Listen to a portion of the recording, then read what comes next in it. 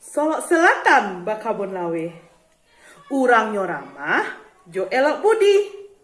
Mari belajar ilmu ekonomi oke di SMA 7 yang indah dan asri. Hai Ananda semuanya, kelas 10 yang Ibu sayangi. Kita bertemu lagi di dalam mata pelajaran ekonomi. Pertemuan kali ini kita akan membahas mengenai peranan pasar di dalam perekonomian.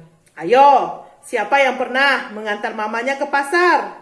Ananda, kalau kita berbicara pasar, tentu di dalam pikiran Anda adalah secara umum adalah tempat bertemunya antara si penjual dan si pembeli.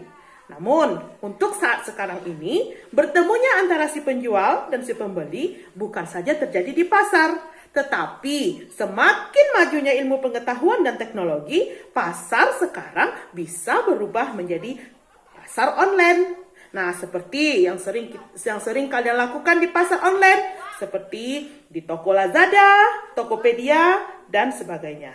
Untuk memahami Ananda tentang pasar, baiklah sekarang kita akan kaji atau akan kita lihat apa itu yang dikatakan dengan pasar.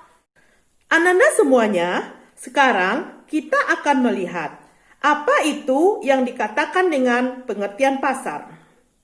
Bahwa pasar itu adalah suatu mekanisme yang mempertemukan antara pembeli atau konsumen dengan penjual atau yang dikatakan produsen, sehingga dapat berinteraksi baik secara langsung maupun tidak langsung untuk membentuk suatu kesepakatan harga atau terjadinya transaksi permintaan dan penawaran, sehingga dapat menetapkan harga terhadap barang dan jasa.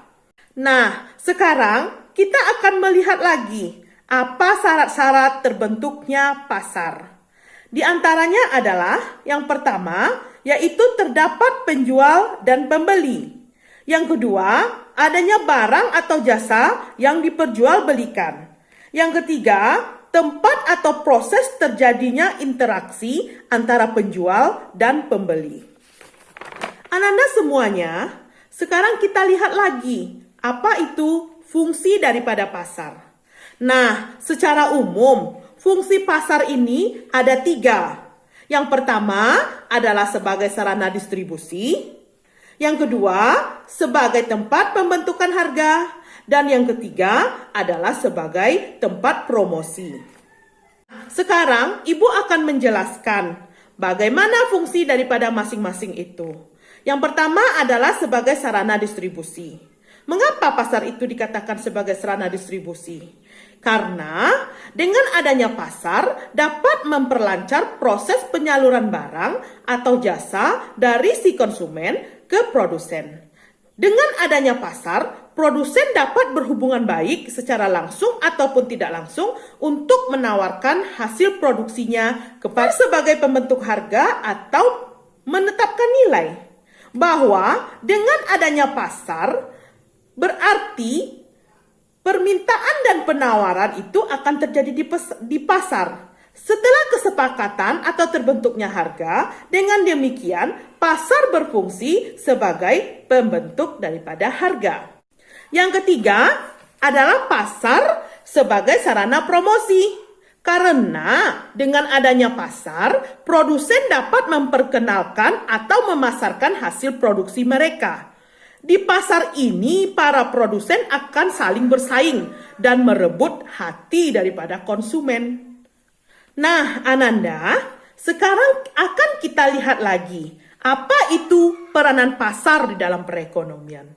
Tentu, peranan pasar dalam perekonomian ini amatlah banyak sekali.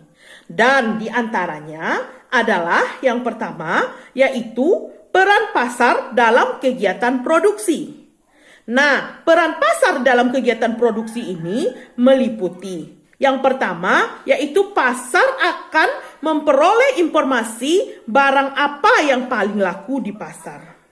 Yang kedua, menjawab nantinya akan pertanyaan untuk siapa barang diproduksi. Ini berhubungan dengan masalah pokok ekonomi. Dan yang ketiga, untuk memperoleh bahan baku untuk melaksanakan kegiatan produksi. Dan yang keempat, pasar berfungsi sebagai pembentuk daripada harga. Yang kedua, peran pasar itu adalah di dalam kegiatan distribusi. Ananda tahu semuanya. Distribusi itu adalah penyaluran.